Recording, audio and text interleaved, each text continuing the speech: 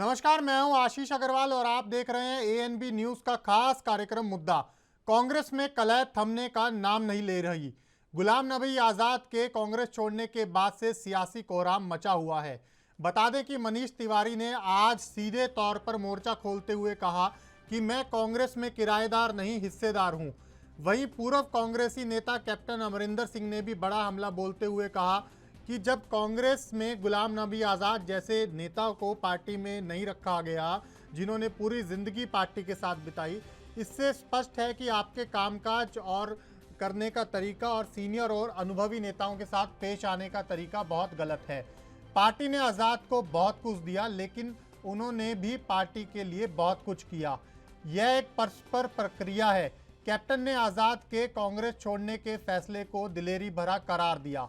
Captain ने कहा कि एक ईमानदार नेता सिद्धांत और आत्मसम्मान के साथ समझौता नहीं कर सकता। वहीं अगर बात पंजाब कांग्रेस की जाए तो वहां पर भी कहीं ना कहीं एक बार फिर खींचतान देखने को मिल रही है।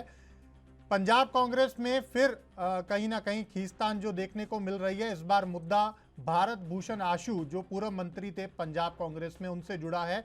एमएलए सुखपाल खैरा ने पंजाब कांग्रेस के प्रधान राजा वड़िंग को सलाह दी है। उन्होंने वड़िंग को सलाह देते हुए कहा कि किसी एक व्यक्ति के लिए पार्टी कैडर की एनर्जी बर्बाद ना की जाए। उनका इशारा सीधे तौर पर लुधियाना में पकड़े गए पूर्व कांग्रेसी मंत्री भारत भूषण आशु की तरफ था, जिनकी गिरफ्तारी के खिलाफ कांग्रेस लुधियाना में लगातार धरने लगा रही है।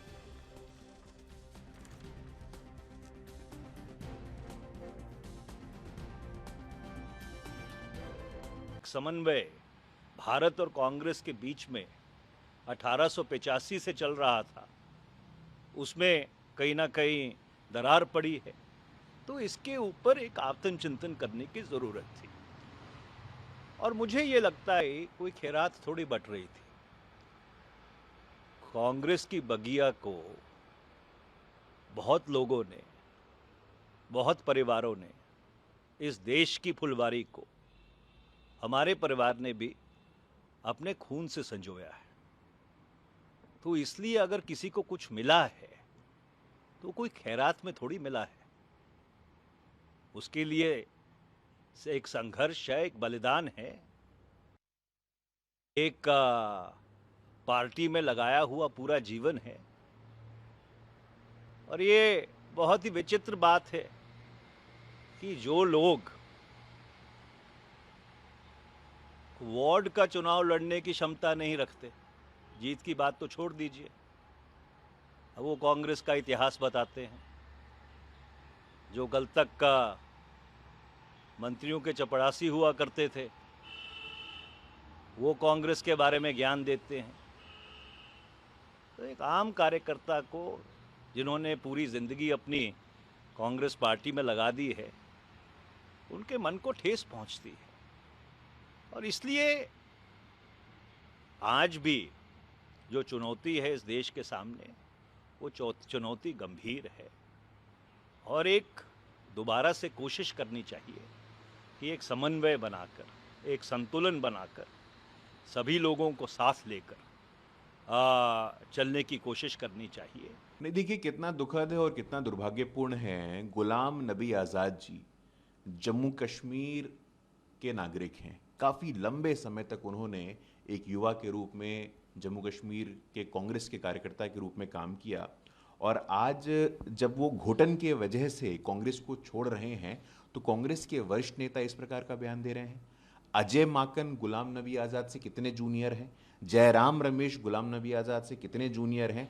जब गुलाम नबी आज़ाद जी पार्टी के अंदर इंटरनल डेमोक्रेसी, आंतरिक लोकतंत्र के विषय पे सवाल खड़ा कर रहे हैं, और उन्होंने अपने पत्र में स्पष्ट किया है कि पार्टी में आज जो भी निर्णय हो रहा है वो राहुल गांधी जी के सिक्योरिटी गार्ड और राहुल गांधी जी के पीए कर रहे हैं, जिनकी राजनीतिक शुचिता कुछ नहीं है। तो मुझे लगता है कि कांग्रेस के लिए ये घड़ी आत्ममुक्ता से निकल करके आत्ममंथन की ओर है। आत्ममुक्ता से निकलिए और आत्ममंथन करिए, तब आपकी पार्टी बचेगी। पार्टी ने जो कहा अभी वो तो कह दिया। पार्टी के कार्यकर्ताओं के मन की आवाज क्या है, यह है गुलाम नबी आजाद और बाकी इस तरह के लोगों को सुन लेनी चाहिए।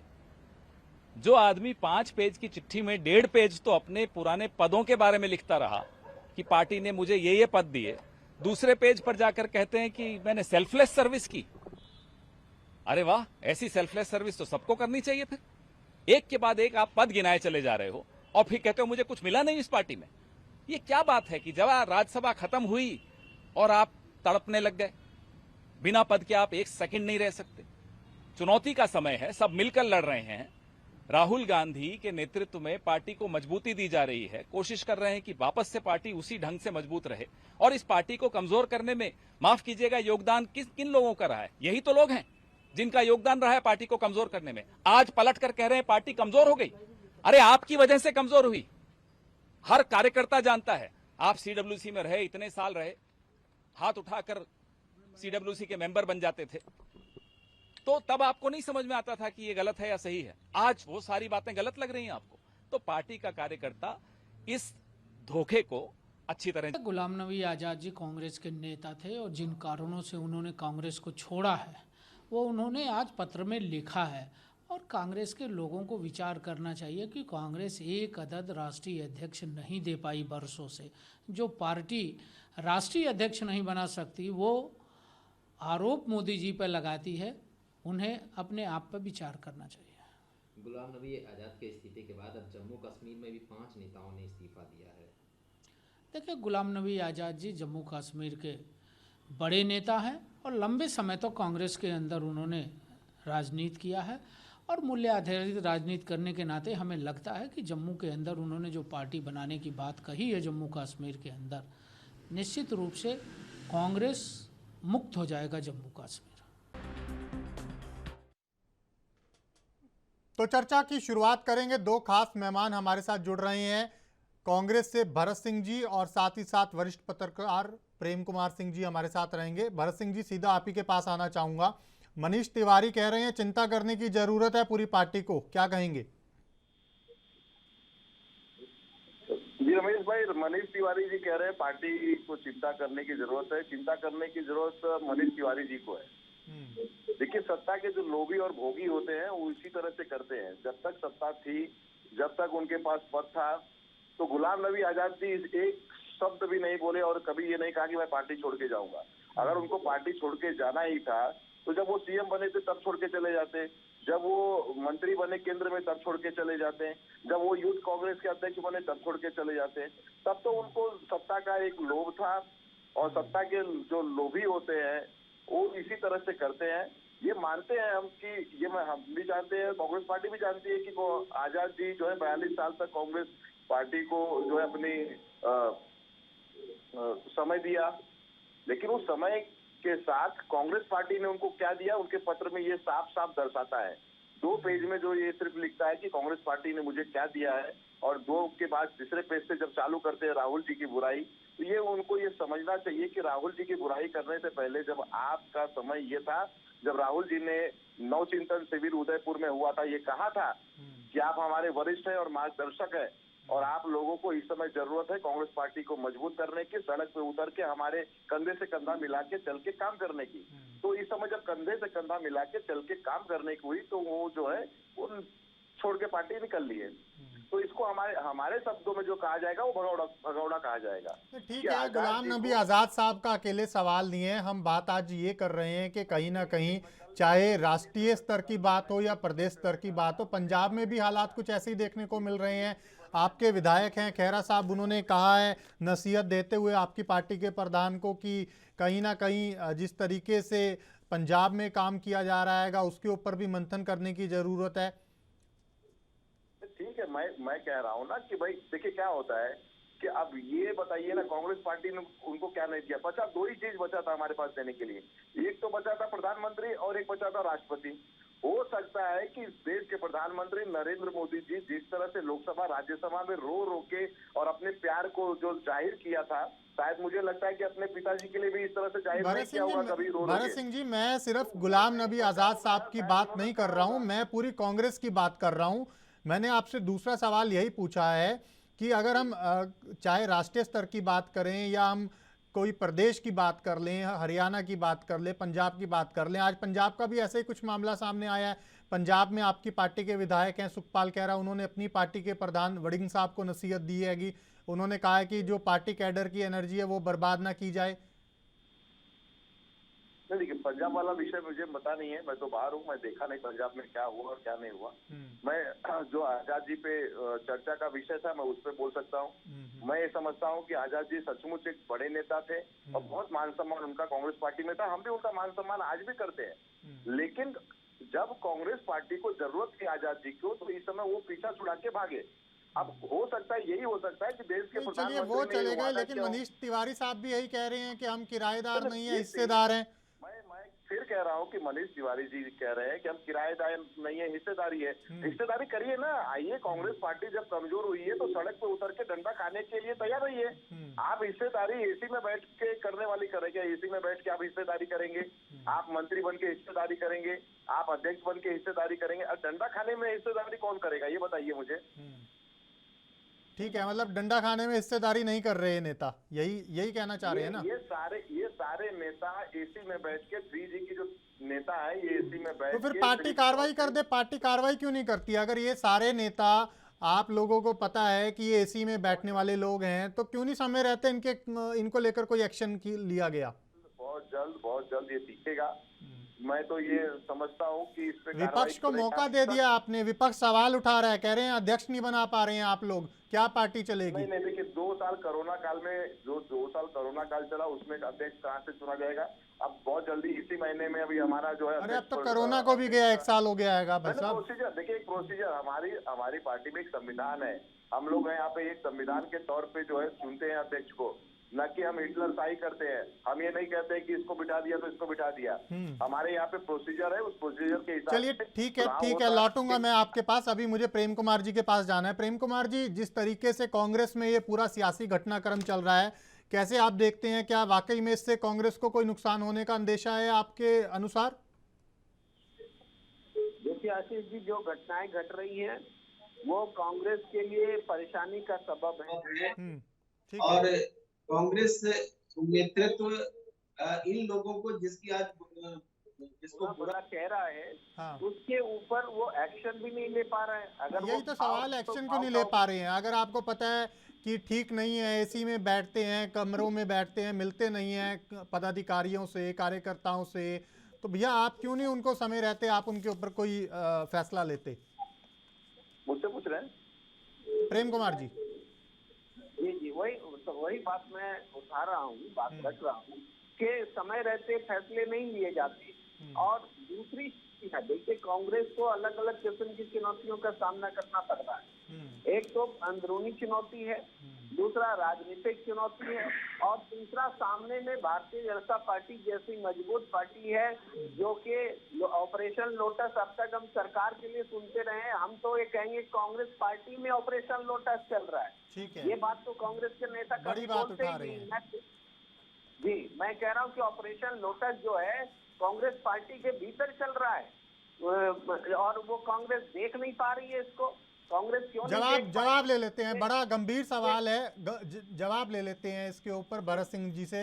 भरत जी, ये बड़ा गंभीर सवाल उठाया है प्रेम कुमार जी ने कि जो ये ऑपरेशन लोटस है ये सरकारों को लेकर नहीं, शायद कांग्रेस के अंदर भी चल रहा है, लेकिन आपकी पार्टी के नेता देख नहीं पा रहे हैं, समझ नहीं पा रहे हैं। लेकिन ठीक है, हो सकता है प्रेम कुमार जी सही कह रहे हो आशीष जी कि ऑपरेशन लोटस जो है अभी तक सरकारें बनी हुई थी उसको गिराने के लिए किया जाता है। हो सकता है कि कुछ भाजपा के एजेंट जो है इस ऑपरेशन लोटस को कांग्रेस पार्टी के अंदर जो ला के दिखा रहे हैं और एक लोग जा रहे हैं। मैं ये कहूंगा, आपने जो कहा मैं उस बात से सहमत हूँ कि एक साथ ही कार्रवाई करके इन लोगों को निकालना चाहिए। और जहाँ तक वो कार्रवाई होगी कब होगी भी या नहीं होगी, ये तो खुद इस्तीफे दे के जा रहे हैं। कपिल सिब्बल साहब खुद इस्तीफा दे के चले गए, गुलाम नबी आजाद साहब खुद इस्तीफा दे के चले गए। कपिल सिब्बल साहब की स्थिति ये थी कि एक लोकसभा चुनाव जीत नहीं सकते हैं। ठीक है, मेरे को एक छोटे से ब्रेक पे जाना है, ब्रेक के बाद चर्चा को आगे बढ़ाएंगे। फिलहाल एक छोटा सा ब्रेक।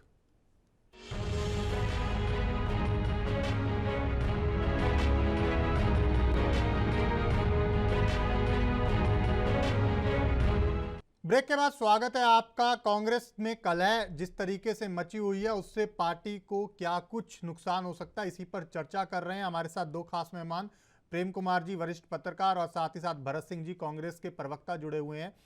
प्रेम कुमार जी, आप ही के पास सीधा आना चाहूँगा। ये तो स्पष्ट हो गया है कि कहीं ना कहीं कांग्रेस जो है इस समय शायद सबसे खराब स्थिति में है और ये बात किसी से छिपी हुई भी नहीं है। लेकिन सवाल एक और है कि जिस तरीके से अब एक एक करके जो पुराने और बड़े नेता कहलाए जाते थे वो कांग्रेस को अलविदा कर रहे हैं, ऐसी स्थिति में कांग्रेस को सबसे पहले क्या कदम उठाने की जरूरत है? क्या सबसे पहले नए अध्यक्ष की नियुक्ति कांग्रेस के लिए अब जरूरी नहीं हो गई है? आशीष जी, देखिए, राजनीति को थोड़ा सा समझना पड़ता है, समझना जरूरी है जी। ये जो घटनाएं घट रही हैं कांग्रेस पार्टी से नेताओं के निकलने की, ये आज की घटना थोड़े है। आप याद कीजिए, जबकि जनता पार्टी सरकार बनी थी जी, वो सारे लोग तो कांग्रेस से निकल करके ही उन्होंने राजनीति की बनी। ठीक है। इस देश को गैर कांग्रेसी पहला प्रधानमंत्री तो अटल बिहारी वाजपेयी जी के रूप में मिले। ठीक है। और दूसरी तरफ दक्षिणपंथी सियासत को देखिए, अरे उन्होंने तो अपनी पार्टी मिटा ली, जनसंघ का नामो निशान मिटा दिया। ठीक है। जनता पार्टी से मर्ज हो गई और कांग्रेस से निकले हुए लोगों के साथ वो मर्ज हो गई। तो ये जो आज जिसको हम बुराई के रूप में बता रहे हैं कि कांग्रेस से वो निकल रहे, वो निकल रहे, आम आदमी पार्टी के विधायक भी अधिकांश कांग्रेस पृष्ठभूमि से ही है। इनसे लोग निकल रहे फिर भी पार्टी खत्म नहीं हो रही। आज वो दौर नहीं है कि भारत के जी जी जी बात पूरी कीजिए अपनी प्रेम कुमार जी। जी जी मैं कह रहा हूँ कि आज अगर ऐसी स्थिति रहती कि भारतीय जनता पार्टी से निकले हुए लोग हर जगह मुख्यमंत्री रहते दूसरी पार्टियों में भी, ऐसा है क्या? नहीं है। आज कांग्रेस से निकले हुए लोग दूसरी पार्टियों में भी हैं और मुख्यमंत्री हैं। ये कांग्रेस की मजबूती है, लेकिन इसको कमजोरी के रूप में पेश किया जा रहा है। आज ये मैं कहना चाहती हूँ, लोग निकल रहे हैं लेकिन कांग्रेस एक सोच के साथ अगर बढ़ रही है और बड़े कार्यक्रम लेना चाहिए। राहुल गांधी ने एक कार्यक्रम लिया है और इस कार्यक्रम के कारण, इस कार्यक्रम की आभा मंडल को तोड़ने के लिए, इसके राजनीतिक कार्यक्रम पर इफेक्ट डालने के लिए एक सिलसिला चल रहा है ऑपरेशन लोटस के रूप में। आप देखिए 2019 में, मैं याद दिलाता हूँ, 5 अगस्त 2019 जम्मू कश्मीर बाइफरकेट हुआ था। सारे पूर्व मुख्यमंत्री नजरबंद हुए थे, जेल में डाले गए थे। गुलाम नबी आजाद जी को कुछ नहीं हुआ था। तो ये बहुत पहले से चल रहा ये ऑपरेशन लोटस, इनको पद्म भूषण दे दिया गया। चलिए ठीक है, मैं लौटूंगा आपके पास, मैं लौटूंगा आपके पास प्रेम कुमार जी। भरत जी, एक सवाल है, आपकी पार्टी भारत जोड़ो यात्रा शुरू करने जा रही है, लेकिन लगातार जो पुराने और बड़े नेता हैं आपकी पार्टी को अलविदा कह गए हैं, वो ये कह रहे हैं कहीं ना कहीं कांग्रेस जोड़ो यात्रा निकालने की ज़रूरत है, क्योंकि भारत तो कहीं ना कहीं अपनी जगह पर मजबूत है ही है, लेकिन कांग्रेस को इस समय मजबूती की बहुत ज़रूरत आन पड़ी है।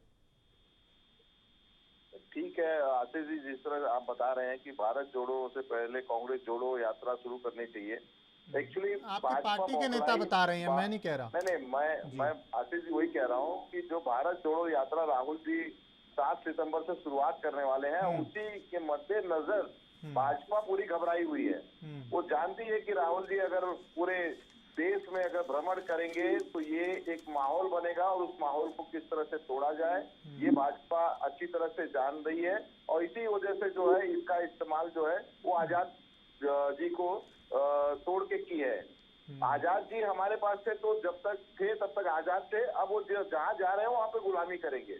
ये आपको मैं एकदम 100% श्योरिटी के साथ कह सकता हूँ। ये वही भाजपा है कि देखिए, वो तो कह रहे हैं मैं अपनी पार्टी बना रहा हूँ, कहीं जा ही नहीं रहा। नहीं, यही तो खेल है ना कि वो जब अपनी पार्टी बनाएंगे, चुनाव लड़ेंगे, उसके भाजपा के साथ गठबंधन करेंगे। यही तो मोदी जी ने उनको मंत्र दिया है कि आपको मुख्यमंत्री बना देंगे। कैप्टन साहब की राह पे हैं, कैप्टन साहब की राह पे बराबर, एकदम आपने सही कहा कि कैप्टन जी की राह पे है, लेकिन कैप्टन जी का हस्त्र क्या हुआ ये आपने देखा है। भाजपा हमेशा अपने सहयोगियों का हस्त्र क्या किए ये कोई छुपा हुआ नहीं है। आप यहाँ पे देख लीजिए शिवसेना के साथ JNK में नुकसान नहीं होगा चुनावों में कांग्रेस को आजाद साहब के जाने से? नहीं, देखिए किसी के जाने से कोई नुकसान नहीं होता है, कोई फायदा नहीं होता है। अगर नुकसान होगा, ये अगर आजाद जी सोचते कि कांग्रेस पार्टी का नुकसान होगा तो जाते ही नहीं। ये तो अच्छा है कि उन्होंने अभी जो है बहुत पहले जो है वो चले गए, ठीक है, लेकिन कम से कम युवाओं को आगे आने का मौका मिलेगा। आजाद जी जैसे नेता से कम कांग्रेस ये एक्सेप्ट नहीं कर रही थी कि इस तरह से वो कांग्रेस पार्टी को धोखा देंगे। लेकिन ठीक है, सत्ता के जो लोभी और भोगी होते हैं वो कुछ भी कर सकते हैं। पर सवाल ये है ना, देखिए मेरे पास समय का भी अभाव है, मैं आपसे बड़ा संक्षिप्त में सीधा सा एक ही सवाल लूंगा और मैं चाहूंगा कि आप जवाब भी बड़ा उसका स्पष्ट दें। आनंद शर्मा अभी पार्टी के अंदर हैं, लेकिन सवाल लगातार वो भी उठा रहे हैं और गुलाम नबी आज़ाद साहब का कहीं ना कहीं अप्रत्यक्ष समर्थन करते हुए दिखाई दिए हैं। मनीष तिवारी साहब जो हैं वो भी अभी कांग्रेस का हिस्सा हैं, लेकिन सीधे तौर पर उन्होंने आज सवाल खड़े कर दिए। ऐसे और भी बहुत सारे जो नेता हैं जिनकी फहरिस्त लंबी है, निपटेंगे कैसे? आजाद साहब चले गए, आजाद साहब की तो बात हमने कर ली कि आजाद साहब चले गए हैं और कांग्रेस से क्योंकि राज्यसभा का टिकट नहीं मिला, राज्यसभा नहीं भेजा गया, लेकिन अब जो ये अंदर हैं इनसे कैसे निपटेंगे हम? मैं पार्टी का एक बहुत छोटा सा कार्यकर्ता हूँ, लेकिन मैं समझता हूँ कि जो भी इस तरह से नेता बयान देते हैं उन्हें सोच समझ के देना चाहिए। आप बयान मत दीजिएगा, नहीं जम रहा है तो आप छोड़ के चले जाइए, लेकिन कम से कम इस तरह से बयान मत दीजिए। सवाल तो यही है ना कि वो लोग सार्वजनिक मंचों पर ये बयान दे रहे हैं, मीडिया में बयान दे रहे हैं, पार्टी प्लेटफॉर्म्स पे बात नहीं हो रही, तो ऐसे में पार्टी आपकी मजबूत कैसे हो गई? बहुत जल्दी इस पे भी कार्रवाई होगी। राहुल जी, सोनिया जी का जो है स्वास्थ्य ठीक नहीं है, वो अपने इलाज के लिए इस समय विदेश गए हुए हैं। राहुल जी और प्रियंका जी भी साथ में हैं और आने के बाद में इस पे जरूर पार्टी बैठ के चिंतन मंथन करेगी और ऐसे लोगों को बाहर का रास्ता दिखाना बहुत जरूरी हो गया है। चिंतन मंथन से भी आगे बढ़ लीजिएगा साथ, कभी चिंतन मंथन पे ही ना रुक जाइए, पता लगे चिंतन मंथन में ही काम 2024 का भी निपट गया। फाइनल कमेंट, क्योंकि समय का अभाव है, भरत सिंह जी फाइनल कमेंट मेरे को आप दे दीजिए। आपको क्या लगता है 2024 के लिए कांग्रेस तैयार हो पाएगी? 2024 में हम सरकार बना रहे हैं, आप एकदम चिंता मत लीजिए, कांग्रेस पार्टी की सरकार बनेगी, एकदम चिंता मत लीजिए। ओवर कॉन्फिडेंस में मत बताइएगा, आपको लग रहा है इतनी सीटें आ जाएंगी कांग्रेस की?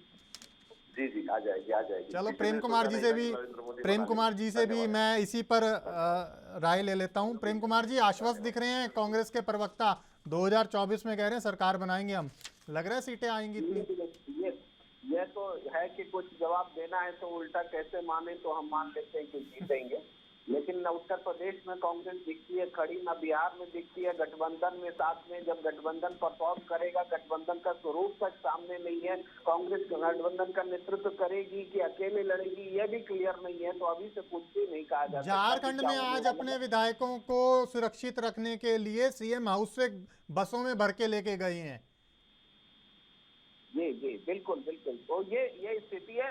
बात है कि आप अपने सहयोगी दलों को बढ़ाइए, जैसे सोनिया गांधी जी ने एक समय यूपीए को बनाया और बढ़ाया, आज बीजेपी अगर अपने कारणों से एनडीए को कमजोर कर रही है क्योंकि वो बड़ी पार्टी है, तो कांग्रेस कमजोर है, छोटी पार्टी है, इसलिए चलिए बहुत शुक्रिया आप दोनों खास मेहमानों का, आप हमारे साथ जुड़े और हमने आज जिस तरीके से चर्चा को आगे बढ़ाया उसमें स्पष्ट है कि कांग्रेस के सामने चुनौतियां बड़ी हैं। अब देखना ये होगा कि कांग्रेस इससे उभरती कैसे है। आज के लिए मेरे साथ इतना ही, नमस्कार।